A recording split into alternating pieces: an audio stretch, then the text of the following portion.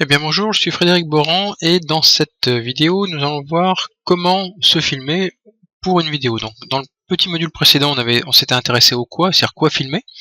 Là on va s'intéresser surtout au comment. Comment se filmer ou pas. Comment se filmer. Donc première chose c'est est-ce qu'il faut se montrer ou pas. Alors là ça dépend énormément de vous.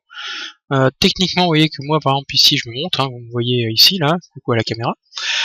D'autres personnes, eux, se montrent se montrent complètement. Je vous montre par exemple ce genre de cours que l'on trouve. Mesdames, Mesdemoiselles et Messieurs, bonjour. Voilà, donc, je me présente Yannick Seyer.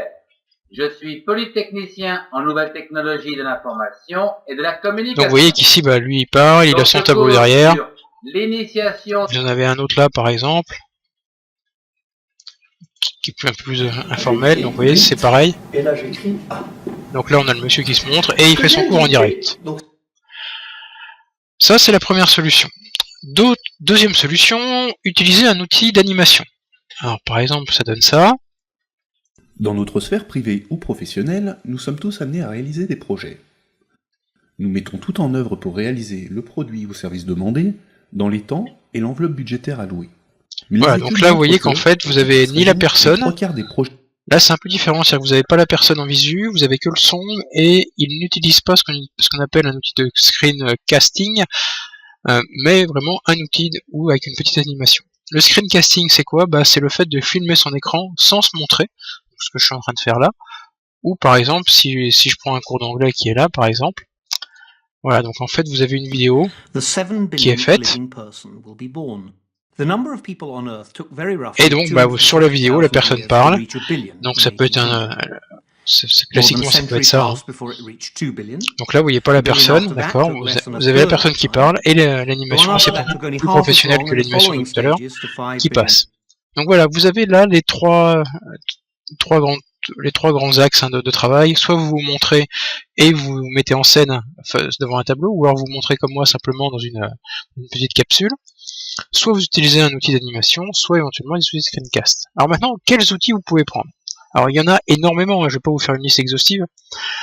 Vous pouvez prendre au niveau des logiciels d'animation, il y en a quelques-uns. Je vous conseille de commencer éventuellement par Powtoon, qui est pas mal.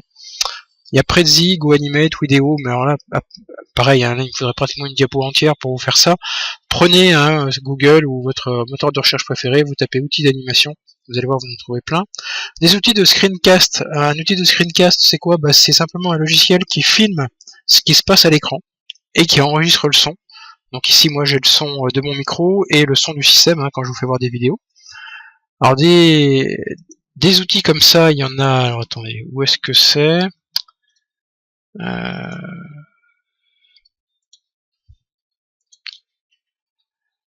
Les voilà. Donc voilà, sur ce site là, Social Compare, là oui, il y en a énormément. Donc c'est une liste quasi exhaustive. Moi j'utilise Camtasia Studio, qui est très bien. Il permet de faire beaucoup de choses. Alors vous affolez pas sur ce prix, c'est pas ce prix-là. Ça c'est les prix en solo, sans bénéficier des réductions. Des réductions d'éducation nationale. Donc là voilà, il y en a énormément, donc je peux en dire plus, que c'est pas le but. Mais vous pouvez vraiment faire plein de choses avec ce genre d'outils.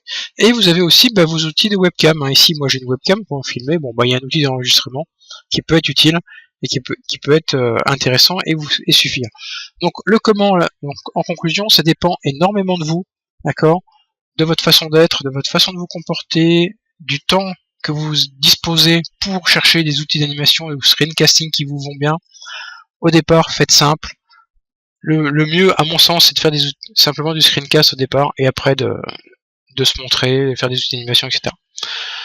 Voilà, donc ça, j'y reviendrai un petit peu dans la troisième vidéo qui va suivre celle-là, sur les conseils pour les vidéos, et où trouver des vidéos. Merci.